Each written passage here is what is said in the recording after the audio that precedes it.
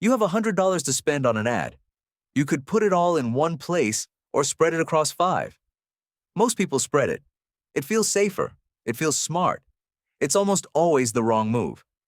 The best advice about ad spending isn't about the platform, the copy, or the audience. It's about something almost nobody budgets for. Speed of learning, not speed of results. Split a small budget across 5 variations, and each one gets a sliver of attention. A trickle of data tells you almost nothing. You end up with 5 weak signals instead of 1 strong one. The statistician W. Edwards Deming spent decades studying how people misread random variation as meaningful pattern. He called it tampering, reacting to noise as though it were signal. Small ad budgets are a breeding ground for exactly this mistake. One variation performs slightly better over a weekend, and you conclude something about human psychology when really you've just watched a coin land heads 3 times in a row. So the first real rule: concentrate your spend until you have enough data to trust it. Not evenly, not cautiously. Enough in one place to separate signal from noise. Consider what a proper test actually requires. Not creativity, sample size. The psychologist Jacob Cohen spent his career explaining statistical power, the likelihood a test will detect a real effect if one exists. Low power doesn't just risk missing a good result. It risks manufacturing a false one that looks like insight until you spend real money believing it. Most small advertisers never calculate power. They watch a number rise for 2 days and declare victory. Here's the twist. Nobody wants to hear. Test everything only works if you have the volume to test meaningfully. Below a certain spend, testing isn't science. It's storytelling. You're not discovering what works. You're deciding what story to tell yourself about a handful of clicks. So what does good advice look like once you strip away what sounds smart but doesn't hold up? First, spend enough in one place before drawing any conclusion. A test that never reaches meaningful volume isn't a test. It's a guess wearing a lab coat. Second, separate the decision to advertise from the decision to optimize.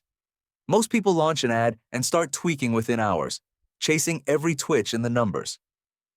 Daniel Kahneman and Amos Tversky documented how humans underestimate random variation in small samples, a bias they term the law of small numbers.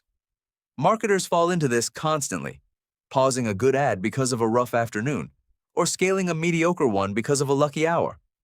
Third, treat your ad budget as the price of information, not the price of results.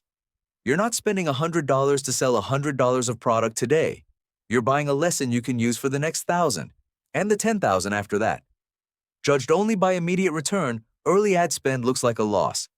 Judged as tuition, it's often the cheapest education you'll ever buy. This reframes the anxious feeling of watching a campaign underperform. It isn't necessarily a signal something is wrong. It might just be the ordinary cost of gathering real information in a noisy environment. There's a practical version of this. Before spending $1, decide how much data you need before judging the result. 100 clicks, 1,000 impressions. Write the number down and hold to it even when early numbers tempt you to react sooner.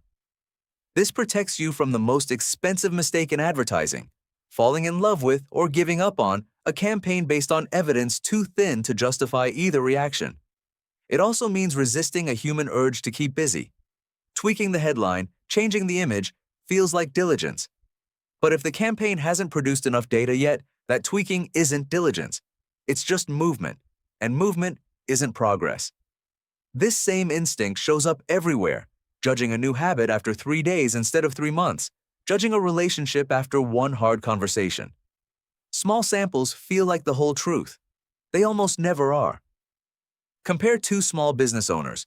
One panics after a slow first day, kills the ad, tries something new tomorrow. The other sets a threshold in advance, funds it fully, and waits, uncomfortable but disciplined, until the data actually says something. A year later, the second owner has real, tested insights. The first has a folder of half-finished experiments and a feeling that advertising just doesn't work for them. Both spent the same money. Only one of them bought anything with it. You have $100 to spend on an ad. You could put it all in one place or spread it across 5. Now you know which one actually teaches you something.